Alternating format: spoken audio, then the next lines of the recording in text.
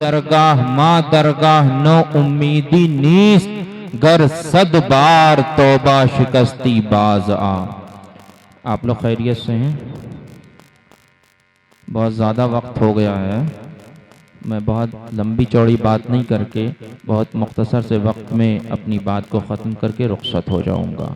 ایک مرتبہ بآواز بلند درود پاک پڑھیں، اللہم صلی علی سیدنا مولانا محمد معدن الجود والکرم وعلی آلہ وبارک وسلم صلاۃ و سلام علیک یا رسول اللہ صلی اللہ تعالی علیہ وسلم۔ ہمارے تاج الشریعہ فرماتے ہیں، جہاں بانی عطا کر دے، جہاں بانی عطا کر دے، بھری جنت ہبا کر دے، نبی مختار کل ہیں، جسے جو چاہیں عطا کر دیں۔ اور خدا و مصطفیٰ کے رمز سے ادراک عاجز ہے، خدا و مصطفیٰ کے رمز سے ادراک عاجز ہے، خدا کو مصطفیٰ جانے اور مصطفیٰ کو خدا جانے۔ اور سوالی جس در کا ہر ولی ہے، سوالی جس در کا ہر ولی ہے، وہ علی ہے، ہاں وہ علی ہے، ہاں وہ علی ہے۔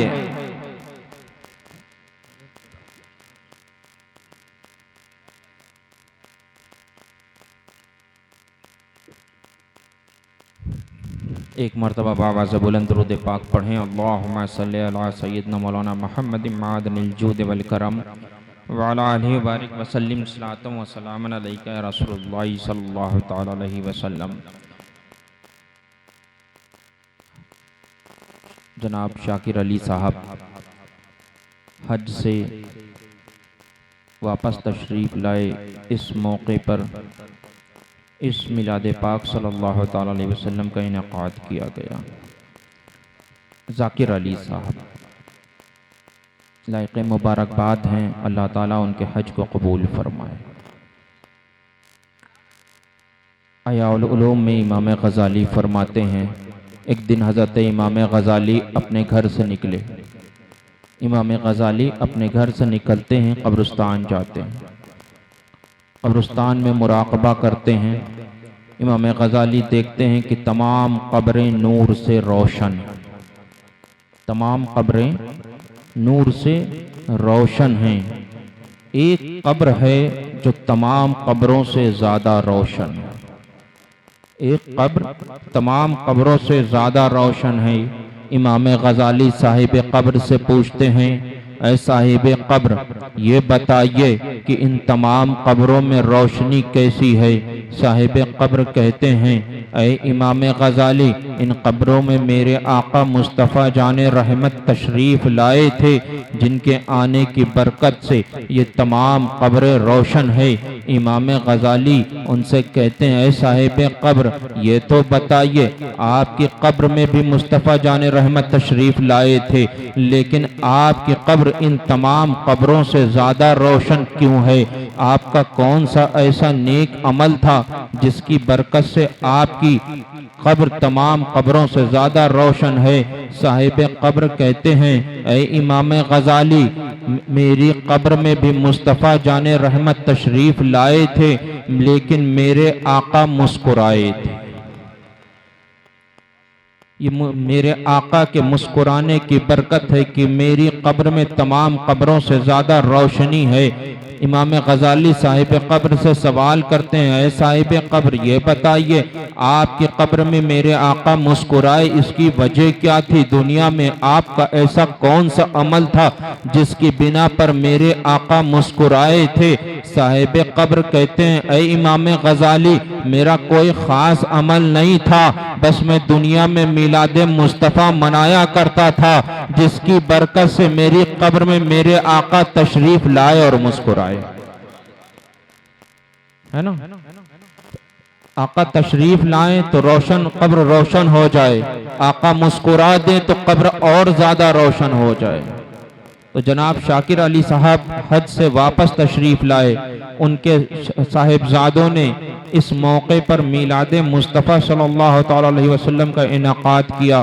ہو سکتا ہے کہ بروز محشر میرے آقا کی نظر ان کی اولاد پر پڑ جائے اور میرے آقا ارشاد فرمائیں کہ اس کا باپ میری قبر کی زیارت سے لوٹا تھا اور اس کے بیٹے نے میرا میلاد منایا تھا، اور میرے آقا اتنے پہ مسکرا دیں تو میرے آقا کا مسکرانا ہوگا اور شاکر علی کے بیٹوں کے لیے جنت کا پروانہ ہوگا،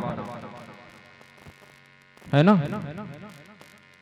بہرحال حضرت خواجہ ابھی آپ نے حج کے تمام فضائل مفتی صاحب قبلہ سے سنے، بہت دیر سے آپ لوگ تقریر سن رہے تھے، تمام فضائل آپ نے سنے۔ حضرت خواجہ غریب نواز رضی اللہ تعالیٰ عنہ اپنے ملفوظات میں فرماتے ہیں کہ آقا سرور کائنات صلی اللہ تعالیٰ علیہ وسلم ارشاد فرماتے ہیں کہ کعبے کو دیکھنا عبادت، اور جس نے کعبے کو دیکھا اس کے نامہ اعمال میں 1000 سال کی نیکیاں لکھ دی جاتی ہیں۔ صرف کعبے کو دیکھنا، اس کے نامہ، جس نے صرف کعبے کو دیکھ لیا اس کے نامہ اعمال میں 1000 سال کی نیکیاں لکھ دی جاتی ہیں، اور پھر اس کو اولیاء کا درجہ نصیب ہوتا ہے۔ خواجہ صاحب اپنے ملفوظات میں فرماتے ہیں، آقا کی حدیث فرماتے ہیں کہ اس کو اولیاء کا درجہ نصیب ہوتا ہے نا؟ تو لائق مبارکباد ہیں جناب شاکر علی صاحب کہ انہوں نے کعبے کو بھی دیکھا اور کعبے کے بھی کعبے کو دیکھا۔ اللہ کے نبی ارشاد فرماتے ہیں جو کعبے کی زیارت کو آیا اور میری قبر انور کی زیارت کو آیا اس پر میری شفاعت واجب، اور جو صرف میری قبر انور کی زیارت کو آیا اس پر میری شفاعت واجب، ہے نا؟ تمام حدیث پاک آپ لوگوں نے سنی۔ بہرحال حضرت انس بن مالک رضی اللہ تعالیٰ عنہ صحابی رسول ہیں، آپ کے ایک شاگرد، آپ کے ایک تلمیذہ ہیں جن کا نام حضرت ابو محمد ہے۔ وہ فرماتے ہیں ایک روز شیطان نے خدا کی بارگاہ میں عرض کیا کہ پروردگار عالم، تو نے بنی آدم کے لیے گھر بنائے جس میں وہ تیرا ذکر کرتے ہیں، میرا گھر کیا ہے؟ میرا گھر کیا ہے؟ رب ارشاد فرماتا ہے اے شیطان تیرا گھر حمام ہے، ایسی جگہ جہاں تمام لوگ نہائیں اور بغیر وہ ڈھکی ہوئی بغیر حجاب کی جگہ ہو۔ پھر شیطان عرض کرتا ہے کہ پروردگار عالم، تو نے بنی آدم کے لیے مجلس رکھی، جیسے یہ ایک مجلس ہے، میلاد ہے، یہاں پر اللہ اس کے رسول کا ذکر ہو رہا ہے، اسی طریقے سے شیطان کہتا ہے تو نے بنی آدم کے لیے مجلس رکھی، میری مجلس کیا ہے؟ تو رب ارشاد فرماتا ہے اے شیطان تیری مجلس بازار، تیری مجلس بازار ہے، کیونکہ بازار میں فضول کی باتیں۔ آج مسلمانوں کا طریقہ یہ ہو گیا ہے کہ بازار میں بیٹھے ہیں، چائے کے ہوٹلوں پہ چائے کی چسکیاں لے رہے ہیں، کبھی ان کی غیبت، ان کی چغلی، انہیں گرانا، انہیں اٹھانا۔ آج یہ ہمارے لیے عام سی باتیں ہو گئیں، آج ہم ان کو گناہ سمجھتے بھی نہیں، ہے نا؟ آج چھوٹی چھوٹی باتوں پہ ان کو گالی دینا، ان کو گالی دینا، بازار میں ہیں گالیاں دے رہے، الٹی سیدھی باتیں کر رہے، نازیبا الفاظ استعمال کر رہے۔ اسی لیے اللہ تعالیٰ ارشاد فرماتا ہے اے شیطان تیری مجلس بازار ہے۔ پھر شیطان کہتا ہے کہ پروردگار عالم تو نے انسان کے لیے قرأت رکھی، قرآن کی تلاوت، میری قرأت کیا ہے؟ تو جانتے ہیں خدا ارشاد فرماتا ہے اے شیطان تیری قرأت شعر و شاعری ہے، شعر و شاعری۔ آج کتنے افسوس کی بات ہے، ہمارا نوجوان مسلمان موٹر سائیکل چلاتا ہے، کان میں لیڈ لگا کے گانے سنتا جاتا ہے، گویا کہ شیطان کی قرأت سنتا جاتا ہے نا؟ آج گھر گھر میں شادی ہو، بیاہ ہو، بارات ہو، اس کے گھر سے، لوگوں کے گھر سے، مسلمانوں کے گھر سے گانے کی آوازیں آتی ہے نا؟ ایسا ہے، مسلمانوں کے گھر سے گانے کی آواز آتی ہے، جس گھر سے قرآن کی تلاوت کی آواز آنا چاہیے تھی وہاں سے شیطان کی قرأت کی آواز آتی ہے۔ ہے نا؟ کتنے افسوس کی بات ہے۔ ایک بات پوچھیں، مثال کے طور پر کوئی نوجوان گانے کان میں لیڈ لگا کے گانے سنتے ہوئے جا رہا ہے، اچانک اس کا ایکسیڈنٹ ہو، موت ہو جائے، تو کتنی خراب موت ہے کہ وہ شیطان کی قرأت سنتے ہوئے مر رہا ہے نا؟ ہونا تو یہ چاہیے تھا کہ اگر اس کو سننا ہی تھا تو رسول کائنات کی نعت لگا لیتا، قرآن پاک کا ترجمہ سن لیتا، ہے نا؟ اپنے علماء کرام کے بیانات کو سنتا، پھر جاتا، ثواب بھی پاتا، ہے نا؟ اگر مر جاتا تو اچھے اس کا خاتمہ ہوتا کہ نہیں وہ قرآن کی تلاوت سنتے سنتے دنیا سے گیا۔ لیکن آج گانے سنتے ہوئے اکثر ایکسیڈنٹ ہوتے ہیں سڑکوں پر، گانے سنتے ہیں لوگ، ہے نا؟ بہرحال پھر شیطان آگے کہتا ہے کہ پروردگار عالم تو نے انسان کے لیے حدیث رکھی، یعنی کہ سچی بات، میری بات کیا ہے؟ میری کون سی حدیث ہے؟ میری کون سی بات ہے؟ تو اللہ ارشاد فرماتا ہے، اے شیطان تیرے لیے دروغ گوئی، جھوٹ، فریب۔ بہت افسوس کے ساتھ کہوں گا آج ان کاموں میں ہمارا مسلمان بہت آگے نظر آتا ہے۔ آج فراڈ کے کیس آپ اٹھا کے دیکھیں گے تو سب سے زیادہ مسلمان نظر آتا ہے۔ آپ کو میں بتاؤں، میں کوئی تقریر کرنے نہیں بیٹھا ہوں، بس چند باتیں کر کے رخصت ہو جاؤں گا۔ آپ کو میں بتاؤں، مجھے ایک گھر لینا تھا، میں نے بینک کو فون کیا تو وہاں سے مجھے کال آتی ہے ان کے ہیڈ آفس سے، تو وہ کہتے ہیں کہ فلاں مسلمانوں کا علاقہ ہے، اس لیے ہم وہاں لون نہیں دیں گے، کیونکہ اتنے فراڈ کیے۔ جس قوم کے لیے آئے تامرون بالمعروف و تنہون عن المنکر، برائی سے روکتی ہے اور بھلائی کی طرف بلاتی ہے، آج وہ قوم خود برائی میں مبتلا ہو جائے، کتنے افسوس کی بات ہے۔ آج گھر گھر کا رواج ہے کہ بھائی بھائی کی زمین کو دبائے ہے، بھائی کی زمین بھائی نے بھائی کا حصہ مار لیا، بھائی نے بھائی کے ساتھ فراڈ کر لیا، بھائی مر گیا، بھائی کی اولاد کے ساتھ فراڈ کر لیا، بھائی کی اولاد کے ساتھ دھوکہ دھڑی کر لی، پڑوسی کے ساتھ دھوکہ دھڑی کر لیا۔ یہ سب کس کے کام ہے؟ کس کی بات ہے؟ بنی آدم کی بات، امت محمدیہ کی بات تو قرآن اور حدیث سے ہے نا؟ شیطان نے کہا تھا نا کہ انسان کے لیے تو نے حدیث رکھی، یعنی کہ سچی بات، سچ کو رکھا۔ میری بات کیا ہے؟ تو اللہ تعالیٰ نے ارشاد فرمایا تھا، اے شیطان تیری بات دروغ کوئی، جھوٹ، فراڈ۔ آج ہمارے حالات کیسے ہیں؟ ایک بار ہمیں اپنے حالات پہ نظر ڈالنا چاہیے، اپنے آپ کو دیکھنا چاہیے، کہیں یہ باتیں ہم میں تو نہیں ہیں، ہے نا؟ کہیں یہ باتیں ہم میں تو نہیں ہیں۔ پھر شیطان کہتا ہے کہ اے پروردگار عالم تو نے بنی آدم کے لیے آذان رکھی، اے پروردگار عالم تو نے بنی آدم کے لیے آذان رکھی، میری آذان کیا ہے؟ خدا ارشاد فرماتا ہے، اے شیطان تیری آذان مزامیر ہے۔ مزامیر جانتے ہیں؟ ڈھول، تاشے، باجے، ڈی جے، سارنگی وغیرہ وغیرہ۔ آج کتنے افسوس کی بات ہے کہ مسلمان کے گھر پہ شادیاں ہوں، اس کے گھر پہ ڈی جے بجے، مسلمان کے گھر پہ کوئی بات ہو، اس کے گھر سے ناچ گانے کی آوازیں آئیں، اس کے گھر سے ڈی جے کی آوازیں آئیں۔ ہونا تو یہ چاہیے تھا کہ بارات جاتی تو مسلمان آذان کہتا، بارات واپس آتی تو مسلمان آذان کہتا، اس کا گھر بھی بلاؤں سے محفوظ رہتا، ہے نا؟ لیکن آج خود ڈی جے بجا رہا ہے مسلمان، کتنے افسوس کی بات ہے نا؟ پھر شیطان کہتا ہے کہ پروردگار عالم تو نے انسان کے لیے کتابت رکھی، یعنی کہ لکھائی، میری کتابت کیا ہے؟ رب ارشاد فرماتا ہے، اے شیطان تیری کتابت وشم ہے، وشم، جانتے ہیں وشم کیا؟ آج بہت سے لوگ مسلمان نوجوان مصافحہ کرنے آتا ہے، اکثر اس کے ہاتھ پہ کہیں کسی کا نام گدا ہوتا ہے، کہیں کسی کا نام گدا ہوتا ہے، گودنا،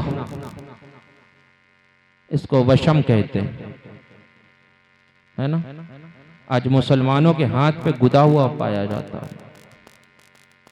شیطان کی لکھائی مسلمان شوق سے لکھواتا ہاتھ پہ نظر آتا ہے نا؟ کبھی 786 ہی کچھ نہیں تو 786 ہی لکھوا لیتا ہے نا؟ تو یہ شیطان کی لکھائی ہے۔ بہرحال پھر شیطان عرض کرتا ہے کہ پروردگار عالم تو نے انسان کے لیے مسائد رکھے، یعنی کہ جال رکھا، پھندا جال وغیرہ، جس سے وہ شکار کرتا ہے، انسان جس سے شکار کرتا ہے۔ اے پروردگار عالم میرا مسائد کیا ہے؟ تو جانتے ہو خدا ارشاد فرماتا ہے اے شیطان تیرا مسائد، تیرا جال یا تیرا پھندا عورت ہے، جس میں پڑھ کے انسان بہت جلدی گنہگار ہو جایا کرتا ہے۔ آج ہمارا نوجوان، آج ہمارا مسلمان نوجوان اس پھندے میں کتنی جلدی پھنس جایا کرتا ہے، اس جال میں کتنی جلدی پھنس جایا کرتا ہے۔ شیطان اپنا جال پھینکتا ہے، ہمارا مسلمان نوجوان بہت جلدی پھنس کے گنہگار بن جایا کرتا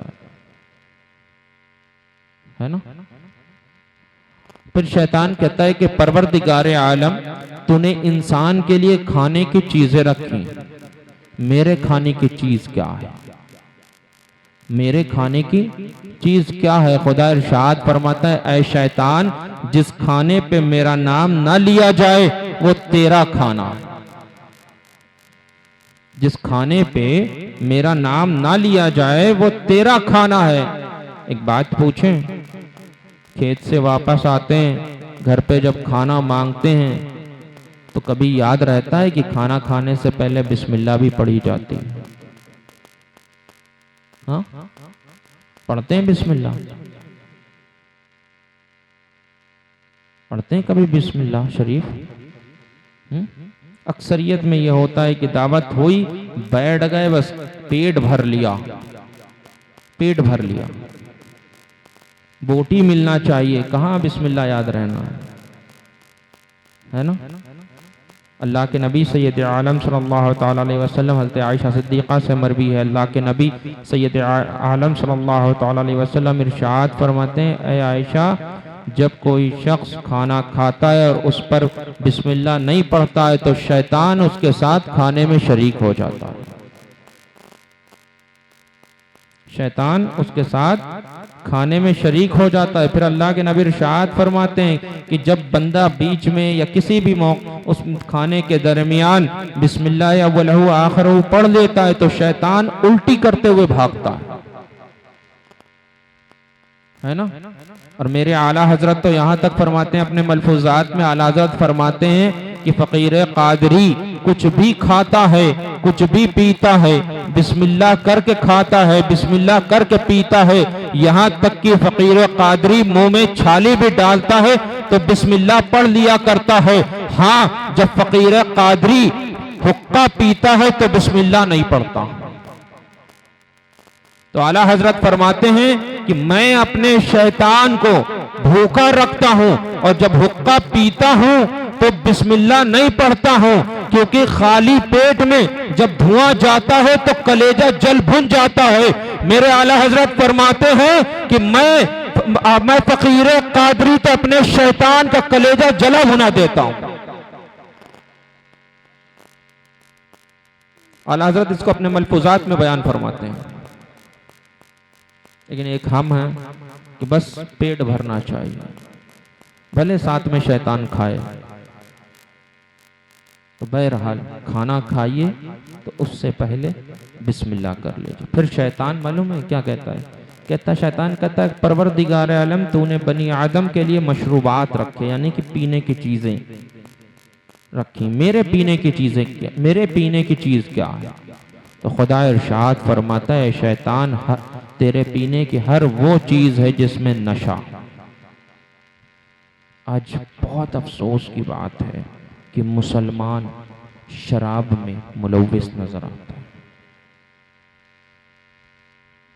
شراب پیتا نظر آتا ہے، اور پھر اس کے بعد ہفتے میں ایک دن جمعے کے دن جاتا ہے، وہ بھی جب امام منبر پہ جا کے خطبہ دینے لگتا ہے تب مسجد میں پہنچتا ہے، امام نے جیسے ہی سلام پھیرا تو بس ہاتھ کو اٹھاتا ہے، جلدی جلدی دعائیں مانگتا، اسی اتنے ہی لمحے میں پوری کائنات کو مانگ ڈالتا ہے، اتنے لمحے میں پوری کائنات کو مانگ ڈالتا ہے۔ جمعے کے دن صرف مسجد جاتا ہے، لیکن چاہیے پوری کائنات ہے نا؟ بھائی کا حق کھا کے جا رہا ہے، امام صاحب کو دل میں گالیاں دیتا جا رہا ہے، لیکن چاہیے کائنات ہے۔ میں تو اکثر ایک بات کہتا ہوں کہ ہمارے یہاں اکثریت میں یہ چیز پائی جا رہی ہے کہ جب ہم مسجد میں امام کے پیچھے نیت باندھتے ہیں، جب امام تکبیر کہتا ہے اللہ اکبر، تبھی ہم پیچھے سے کہتے ہیں کہ پیچھے اس امام کے، اور جیسا ہی امام نے سلام پھیرا ہم فوراً کہتے ہیں آگے اس امام کے، فوراً ہم آگے اس امام کے ہو جاتے ہیں، فوراً مسجد کے متولی، مسجد کے صدر فوراً کہنے لگتے ہیں امام صاحب آج تم نے قرات اتنی لمبی کیسے کر دی، امام صاحب آج تم نے مسجد کی چٹائیاں کیوں نہیں بچھائیں، امام صاحب تم نے ایسا کیوں نہیں کیا، امام صاحب ہم نے تم سے ایسا کہا تھا تم نے یہ کیوں کیا۔ آج ہمارے کیا کا ماحول یہ ہو چکا ہے، آج علماء کی عزت ہم نے گھٹا دی ہے، علماء کی قدر ہم نے گھٹا دی ہے۔ آج ہم ہمارے مسجد کے صدر، مسجد کی کمیٹی کو، مسجد کے متولی کو امام نہیں بلکہ غلام چاہیے رہتا ہے، امام نہیں اس کو غلام چاہیے رہتا ہے۔ وہ دڑمنڈا صدر، دڑمنڈا متولی اور وہ دڑمنڈا خزانچی مسجد میں آتا ہے اور چاہتا ہے ایک عالم دین اس کو سلام ٹھوکے۔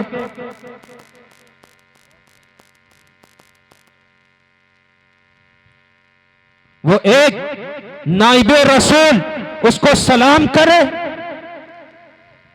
اس کی چمچ گیری کرے،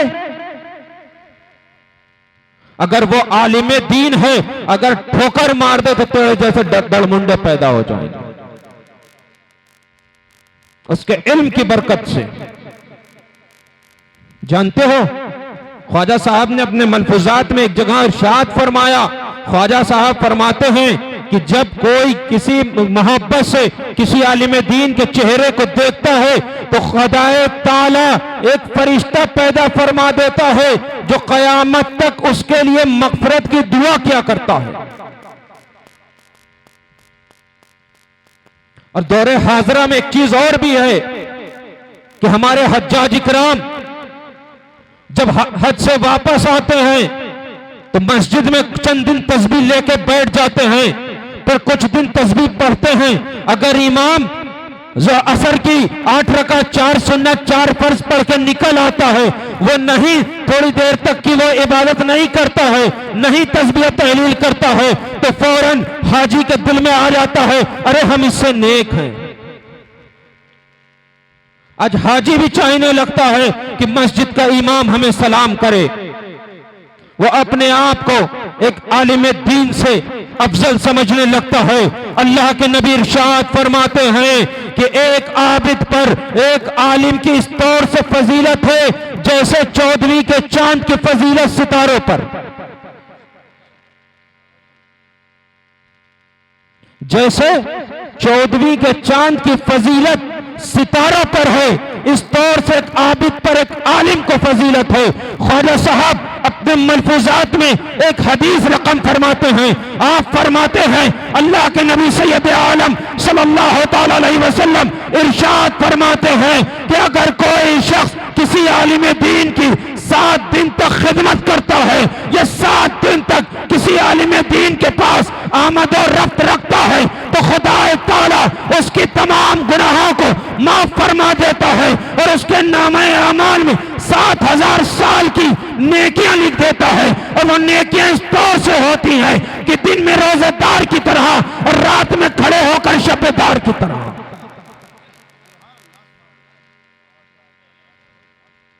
یہ ایک عالم کی فضیلت ہے، لیکن آج ہم مسجد کے عالم، مسجد کے امام کو عالم نہیں بلکہ اپنا خادم سمجھتے ہیں، ہے نا؟ اگر آپ تاریخ کا مطالعہ کریں گے تو دنیا کی سب سے عیاش قوم یہودیوں کو پائیں گے، اور ہمیشہ سے، آج کوئی نیا نہیں ہے، ہمیشہ سے، اور ان پر اس ہونے پہ سہاگا کہ ان سے زیادہ عیاش ان کے پادریوں کو پائیں گے۔ ہزاروں سال کی تاریخ اٹھا کر آپ دیکھ لیجئے کہ یہودیوں کے پادری ہمیشہ سے بڑے عیاش قسم کے لوگ رہے، لیکن ایک یہودی اپنے رہنما کی جانتا ہے کہ اس کا رہنما کتنا عیاش ہے، لیکن پھر بھی اپنے رہنما کی کس طور سے عزت کرتا ہے۔ اگر آپ ان کے گرجا گھروں میں جائیں گے تو ان کے گرجا گھروں میں ایک کنفرنس روم پائیں گے جس کے اندر اگر کسی یہودی سے گناہ سرزد ہو جاتا ہے تو وہ یہودی اس کانفرنس روم کے پاس جاتا ہے، اس میں ایک کھڑکی ہوتی ہے، اس کھڑکی کے پاس جاتا ہے، اندر ان کا پادری ہوتا ہے، اور وہ اپنے پادری کے سامنے اپنے گناہ کا اعتراف کرتا ہے، اور وہ پادری ان کو توبہ، ان کے نزدیک ان کو توبہ کرواتا ہے۔ کبھی ہم سے یہ نہ ہوتا ہے کہ ہم مسجد جائیں، امام سے کہیں اے امام صاحب ہمیں تجدید ایمان کروا دیجئے، ہم سے فلاں غلطی ہو گئی ہے، ہمیں دوبارہ کلمہ پڑھوا دیجئے، ہمیں دوبارہ توبہ کروا دیجئے۔ ہم سے کبھی نہیں ہوتا، کیونکہ امام ہمارا امام نہیں، ہمارا غلام ہے۔ جبکہ جانتے ہو ہمیں تو چاہیے کہ ہم مسجد جائیں اور فوراً سب سے پہلے امام کو سلام کریں، اور مسجد سے نکلیں تو اس کے ہاتھوں کو بوسہ دے کے نکلیں، کہ وہی امام ہے جو 5 وقت ہمیں خدا کی بارگاہ میں جھکاتا ہے۔ امامت کوئی چھوٹا پیشہ نہیں ہے، امام کی نماز خراب ہو جائے سب کی نماز خراب ہو جائے، سب کا بوجھ، سب کی نمازوں کا بوجھ امام کے کاندھے پہ ہوتا ہے۔ لیکن ہمارے یہاں کے حالات بد سے بدتر ہوتے جا رہے ہیں، علماء کی قدر ہمارے دلوں سے ختم ہوتی جا رہی۔ ہونا تو یہ چاہیے تھا کہ اگر مان لیجئے آپ کو کسی عالم کی کوئی بات، اپنے امام کی کوئی بات نہیں اچھی لگتی تو یہ سوچ لیجئے کہ وہ امام جانے اور اس کا خدا جانے، ہمارا کام ہے اس کی خدمت کر کے ثواب پانا، ہم اپنا کام کرتے رہیں، وہ جانے اس کا رب جانے، ہے نا؟ ہمیں تو یہ چاہیے کہ اگر ہمارا امام کسی راستے سے گزر جائے، ہم بیٹھے ہوں تو فوراً کھڑے ہو جائیں، کوئی پوچھے کون جا رہا ہے تو فوراً کہیں ہماری مسجد کا امام جا رہا ہے۔ لیکن حالات تو یہ ہو گئے ہیں کہ لوگ دکانوں پہ بیٹھے رہتے ہیں، امام گزرتا ہے تو کہتے ہیں ارے او امام صاحب ادھر آؤ۔ آج یہ حالات ہو گئے، جبکہ ہونا تو یہ چاہیے تھا امام گزر رہا ہے دوڑ کے جاتے، اس کے ہاتھوں کو بوسہ دیتے اور اس سے پوچھتے خیریت ہے، آپ کہاں تشریف لے جا رہے ہیں، ہم آپ کا کام کر دیتے ہیں، ہے نا؟ یہ ہونا چاہیے تھا، یہ ہونا چاہیے تھا، لیکن ہے اس کا برعکس۔ بہرحال اعلیٰ حضرت فاضل بریلوی، اور آپ کو ایک بات بتائیں، اعلیٰ حضرت فاضل بریلوی علیہ الرحمہ اپنے ملفوظات میں ایک واقعہ بیان فرماتے ہیں۔ آپ فرماتے ہیں بروز محشر ایک شخص خدا کی بارگاہ میں لایا جائے گا، خدا اس سے ارشاد فرمائے گا کیا لایا ہے؟ وہ عرض کرے گا پروردگار عالم نمازیں تو بہت ہیں لیکن فرض نماز کے علاوہ ہمارے پاس۔ پھر خدا ارشاد فرمائے گا اور کیا لایا؟ کہے گا کہ پروردگار عالم روزے تو بہت ہیں مگر فرض روزوں کو چھوڑ کر۔ پھر عرض کرے گا پروردگار عالم میرے پاس حج تو بہت ہیں لیکن حج فرض کو چھوڑ کر۔ تو رب ارشاد فرمائے گا ایک بات بتا کہ کیا تم میرے محبوب سے محبت کرتا تھا اور میرے دشمنوں سے دشمنی رکھتا تھا؟ وہ عرض کرے گا کہ پروردگار عالم میں